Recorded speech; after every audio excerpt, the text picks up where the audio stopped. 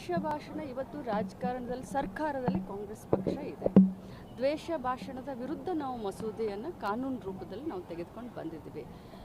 ಈ ಭವಿಷ್ಯದಲ್ಲಿ ಯಾವಾಗೋ ಒಮ್ಮೆ ಸರ್ಕಾರ ಅವ್ರದ್ದು ಬಂದಾಗ ಅವರು ನಮ್ಮ ವಿರುದ್ಧನೂ ಕೂಡ ಇದನ್ನು ಮಾಡ್ತಾರೆ ಅನ್ನುವಂಥ ಪರಿಕಲ್ಪನೆ ನಮಗೂ ಇದೆ. ಬಟ್ ದ್ವೇಷ ಭಾಷಣದ ಒಂದೇ ಒಂದು ಮುಖ್ಯವಾದಂಥ ಉದ್ದೇಶ ಏನು ಅಂತಂದರೆ, ನಮ್ಮ ದೇಶದ ಐಕ್ಯತೆ, ಸಮಗ್ರತೆ, ಅಖಂಡತೆ, ಭ್ರಾತೃತ್ವ ನೀತಿ ಇದು ಒಟ್ಟಿಗೆ ಇರಬೇಕು ಅಂತಂದರೆ ಯಾವ ಜಾತಿನ ನಿಂದಿಸಬಾರ್ದು, ಯಾವ ಸ್ಥಳವನ್ನು ನಿಂದಿಸಬಾರ್ದು, ಯಾವ ಭಾಷೆಯನ್ನು ನಿಂದಿಸಬಾರ್ದು, ಯಾವ ಇಂಡಿವಿಜುವಲ್ ವ್ಯಕ್ತಿತ್ವವನ್ನು ನಿಂದಿಸಬಾರ್ದು ಅನ್ನುವಂಥ ಒಂದೇ ಒಂದು ಕಾರಣಕ್ಕೆ ಸಂವಿಧಾನದ ಆಶಯದ ಅಡಿಯಲ್ಲಿ, ಸಂವಿಧಾನವನ್ನು ಏನು ಉಳಿಸಬೇಕು ಅದರ ವಿಶ್ವಾಸದ ಅಡಿಯಲ್ಲಿ ಇವತ್ತು ದ್ವೇಷ ಭಾಷಣದ ವಿರುದ್ಧ ನಾವು ಕಾನೂನನ್ನು ಜಾರಿ ಮಾಡಿದ್ದೇವೆ.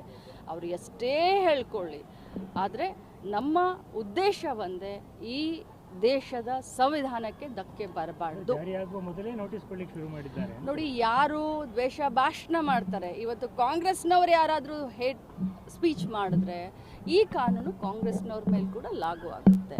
ಅದಕ್ಕಿಂತ ಮುಂಚೆ ನೋಟಿಸ್ ಕೊಡ್ತಾರೆ, ಆಮೇಲೆ ನೋಟಿಸ್ ಕೊಡ್ತಾರೆ. ಅವರ ಹಿನ್ನೆಲೆಯನ್ನು ನೋಡ್ತಿರ್ಬೋದು. ಅವರು ಅದೇ ರೀತಿ ಮಾತನಾಡಿದ್ದಾರೆ ಅಂತ ನನಗೆ ಗೊತ್ತಿಲ್ಲ. ನೋಟಿಸ್ ಕೊಟ್ಟಿರೋದ್ರ ಬಗ್ಗೆ ತಾವು ಹೇಳ್ತಾ ಇದ್ದೀರಂತ, ಅವ್ರ ಹಿನ್ನೆಲೆ ನೋಡಿದ್ರೆ ಅವ್ರು ಆ ರೀತಿ ಮಾಡ್ತಾರೆ ಅಂತ ಏನಾದರೂ ನಮ್ಮ ಇಲಾಖೆಗಳಿಗೆ ಗೊತ್ತಾದ